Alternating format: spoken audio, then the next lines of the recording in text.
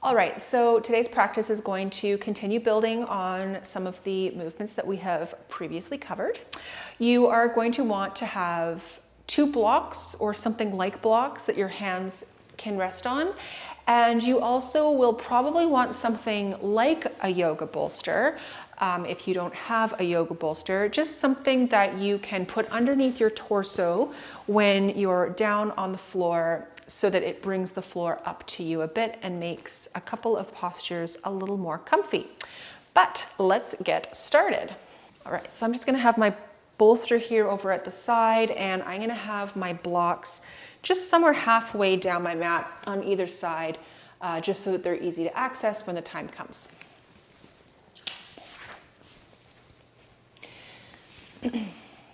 We are gonna start off in cat, cow, and table. So just finding that table position, nice flat back, checking in with your hands, checking in with your elbows, checking in with your shoulders, creating that space between the tops of your shoulders and your ears, noticing the shape and the feel of your back, knees stacked under hips. We can inhale, letting the belly fall towards the ground, chest faces forward ever so slightly, pelvis up in the air, and then exhale as we transition through to a cat back.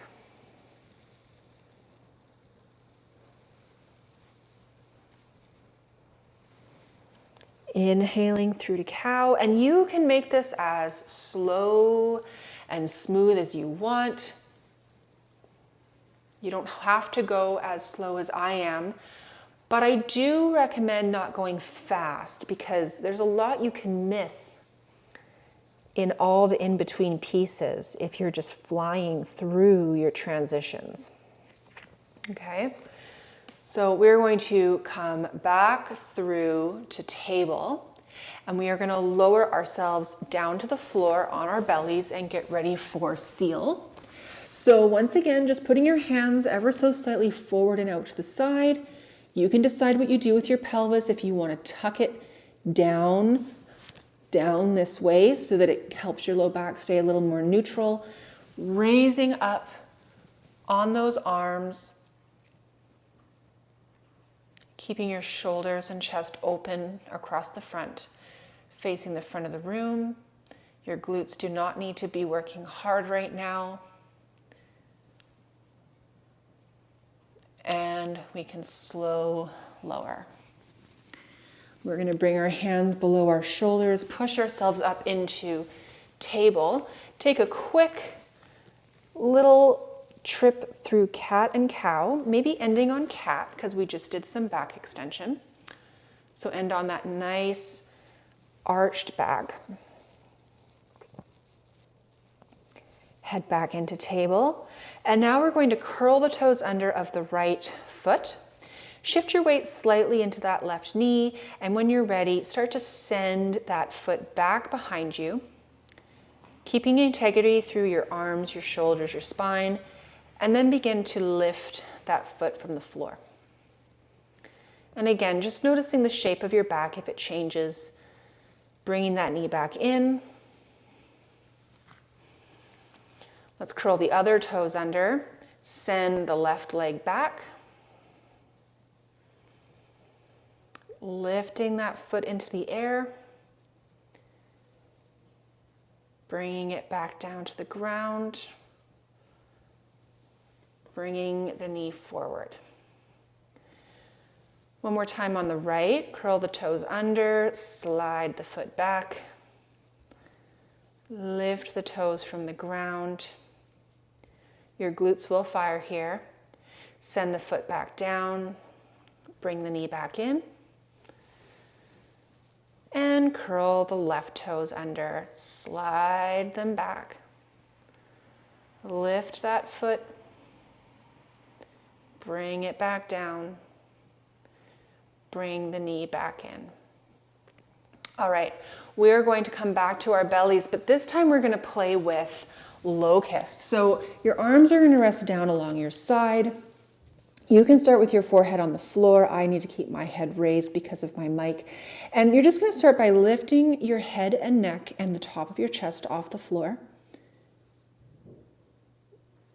And then you can lower yourself back down. Come back up and see if you can raise just a bit more of your shoulders and chest off the floor. Starting to lift those feet, hover those feet. And let everything relax back down. Now we're going to lift again. We're going to come up just a little bit higher. Now your hands might start hovering over the floor. More of your legs might be hovering over the floor. And lower it back down. And then one more time, going as high as you're able. And I don't mean as high as possible by forcing things and being uncomfortable. I mean as high as you can comfortably, reasonably do. Hold it for a moment, so long as it feels okay in your body. And lower back down. All right, let's bring those hands back under the shoulders. We're going to come up through tabletop again. Once again, let's just do a really nice, yummy cat, just to arch that back and counter that back extension we just did. You can rock your body forward a little bit, keeping that arch in your back. Rock your body back so that your bum moves towards your heels while keeping that arch in your back. Just feeling the movement of the line of pull through your spine, changing as you shift forward or back. Okay, and let's come back to table. So we're going to revisit that, that leg lift. And something I just want to point out is we're going to curl the toes under. We're going to slide the foot back. When you're lifting that foot from the floor, just make sure that you're not just bending your knee, okay? We want to do a hip movement, and if you just bend your knee, your foot is going to move higher into the air, but the angle of your hip at the hip joint has not moved. So having your toes curled under on the floor, stretched out behind you, lifting the full leg as one unit, the movement coming from the hip joint. Okay, lower it back down, slide that knee back to its friend. We're going to curl the other toes under, shift your weight ever so slightly, nice and slow, send that foot back to a straight leg or what is, your version of a straight leg. And then we're going to lift that foot into the air. Coming back down. One more time on the right. Curl the right toes under, slide that foot back, lift it into the air. Bring that foot down. Knee slides back in, and then one last time on the left. Curl the left toes under. Slide that foot back, lift the leg, bring the foot back down, and bring the knee back in. Okay, so we are going to now grab our blocks. From this kneeling position, we're just gonna get up onto our knees, our blocks are forward, our hands are on the blocks, and we're going to step our left foot forward between the blocks, okay? We are going to sink forward in towards this front leg, getting a lot of length and opening through the front of the hip joint, the front of the thigh on that right leg that's out behind you. You can have some weight in your hands on the blocks, that is why they're there, but do try to have it in your legs more. Then we're going to walk the blocks back, coming into half splits. So again, we're not sitting our bum right down on this back foot. You want your bum still to be fairly up in the air, stacked over this leg that you're kneeling on. And then some weight can be in your hands as well. Left toes of the foot that's in front of you are pulled back, and you're getting that nice stretch down the back line of the leg. If it's too much, you can have a bit of a bend in the knee. You don't need to pull the toes back quite as far, or you don't need to shift back quite as far altogether. We're going to shift forward again.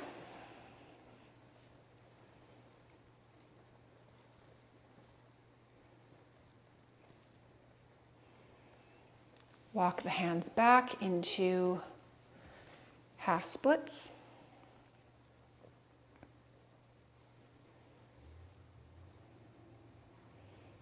Okay, walk the blocks forward again. We're going to bring this left leg back. And we're just going to take a moment setting the blocks aside just to come through some cat-cows. Give our legs a little bit of a break.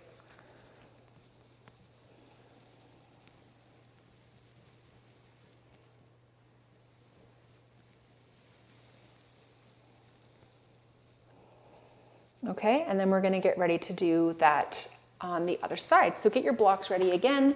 This time we're going to step the right foot forward between the blocks. Sinking forward, opening up through that left front of the hip joint.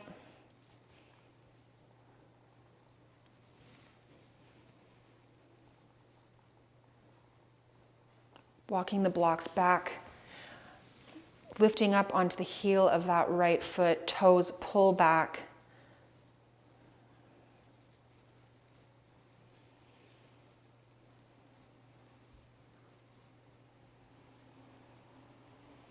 Walking the block forwards again. Low lunge.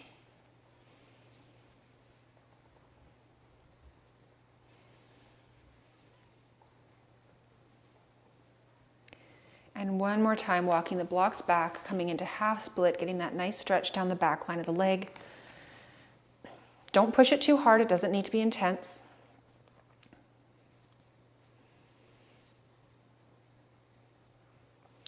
You don't even really need to feel a stretch sensation. You don't need to go so far that you feel that stretch in order to know that you're lengthening the muscles and still doing the thing. All right, we're going to walk the blocks forward. We're going to get this right leg back. And we are now going to set up for deer pose, which is a new one. I haven't covered this in the building blocks yet. This is more of a restorative kind of position. So I'm going to explain the legs to you here. And this is where you might want a bolster or something like a bolster. So the bolster is going to be for our bodies to relax forward onto. But the legs are basically going to be like this. So facing the camera right now, I've got my left leg in front of me with my inner thigh, inner calf up. And my right leg is kind of behind me with my outer thigh and outer calf up. We're going to turn our torso, spin our chest, our belly button towards this front leg, my left leg. And you can adjust your angle, but I'm going to bring my bolster in just in front of my left shin. And I'm just going to lean forward.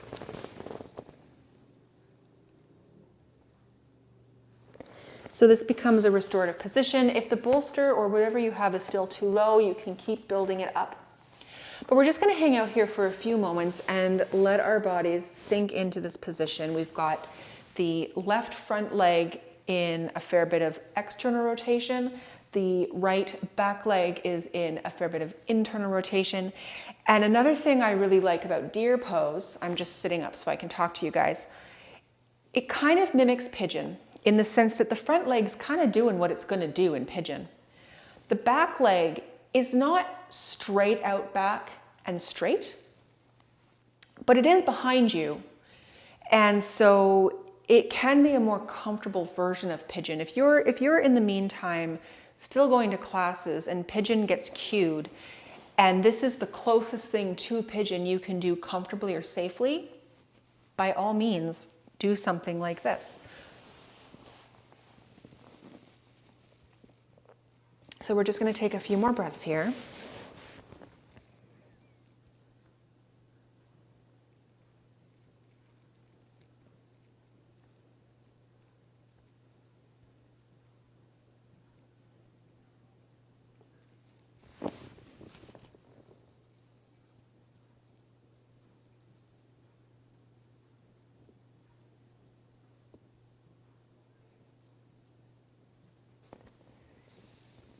All right, and then you can use your hands to just walk yourself up. We are going to get into a wide-legged child's pose using the bolster. So get yourself onto your hands and knees, however works best for you. Having your knees wide, toes touching, big toes touching in the back. You can bring the bolster right between your thighs, and you can walk yourself forward and just fully rest on this bolster. And we're just going to spend a few breaths here as well. Now, something I realized that I mentioned, just while we're here, something I realized that I mentioned in my intro was when I was telling you about my experience with my downward dog, I used the word suddenly. And I just wanted to clarify that when I said suddenly, it was because in comparison to the last time I had done a downward dog, there was a drastic difference. So it wasn't a matter of I hurt my shoulder and I was doing some rehab and the next day I did a downward dog and it felt different immediately. What actually happened was because my shoulder was giving me some issues in its larger ranges, and especially when loaded or weight bearing, I wasn't doing downward dogs for a while. I was doing practices where I just got creative and did different things if a downward dog or a plank or something else was cued. Sometimes I just didn't do the downward dog and I did the rehab exercises I'd chosen for myself. So it was a while where I just wasn't doing downward dogs at all. And then when I did decide to do one, I was aware of a very drastic difference between my experience that night and my experience before my shoulder injury. So when I say suddenly, I just mean that it was a very drastic difference and it hit me right away that something had changed. But I don't want you to think that, doing some of these practices a couple of times for 1 week, you're going to magically have a totally different pigeon experience. It does take time. If you're doing pigeon poses throughout, the progress might be so gradual that it never feels totally drastic. And that's okay. But I just wanted to make sure that when I was telling my story that I wasn't misleading. So we're going to walk ourselves up out of child's pose and we're going to get ready to do deer pose on the other side. So you might want to move your bolster out of the way a little bit. We're going to get into position. I'm actually going to switch sides so that my legs are facing the camera. Okay, so I'm going to have my bolster here. I've got my right leg forward this time, inner thigh, inner calf, looking at the ceiling. My left leg is behind me this time. Outer thigh and outer calf are looking up towards the ceiling. My bolster's in front of me, and I am just going to walk myself forward. And I'm going to be in this very modified pigeon-like shape.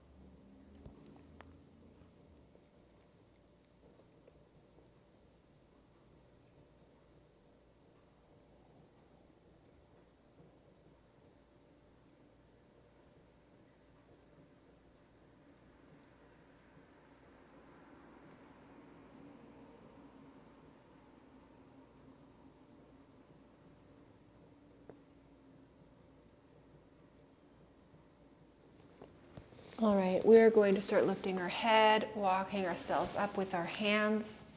And we're going to get ready for one last posture before we do Shavasana. You can either use the same, whatever you used, like a bolster, or you can grab something a little firmer, like what you used for your hands for low lunges and half splits. We're going to lay down on our backs with our feet on the floor, knees bent. We're going to take our object and we're going to lift our bum into the air just long enough that you can slide that object underneath your bum, not your low back, your bum. And then you can let your bum just rest back on that object. Your arms can lay on the floor. And we are just in a bit of a supported bridge or a restorative bridge. This is an inversion. We are kind of upside down, just very mildly. And you can decide on the intensity of this by how high of a stack you have under your hips. I personally just like a really subtle low stack. It still feels really good. It can give a bit of distraction through the low back. It's just a way of kind of elevating your legs a little bit, introducing inversions in a way that isn't too intense. But it can be very relaxing. And sometimes when people have low back pain, they actually find this to be a very relieving shape. So something to keep in mind.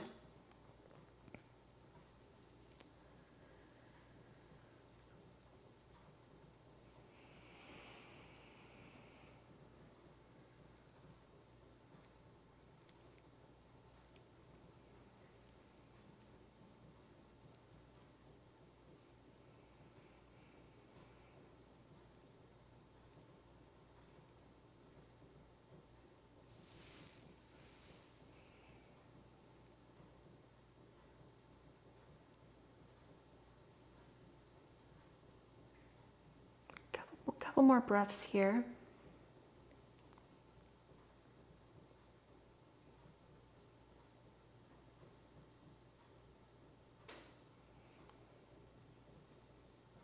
All right, now if you're really enjoying this shape, you are more than welcome to turn this into your Shavasana and just stay right here.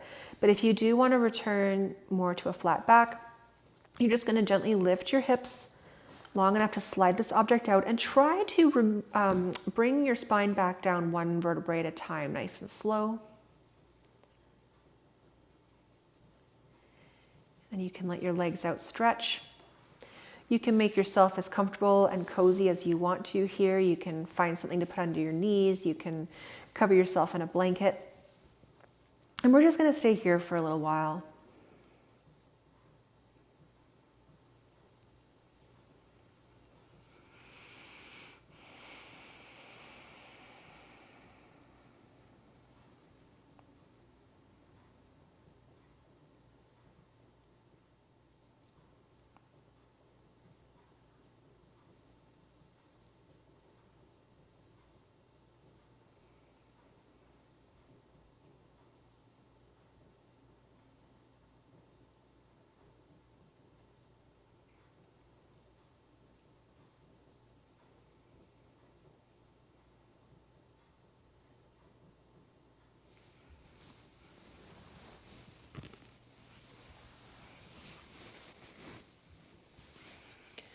All right, so once again, if you are really enjoying where you are right now, you are more than welcome to stay a little longer. But if you are ready to get up, you can just start to bring some movement back into your toes and your fingers. Maybe shake your head side to side. Start to bring your feet in towards your bum, bending your knees. And then when you're ready, you can roll yourself onto your right or your left side. Take a moment there to take a deep, nurturing breath. And then when you're ready, using your top hand to help push yourself up to sit. And just taking a moment to close your eyes, sitting tall, and breathe, and just take stock of today's practice in your body. I'll see you next time.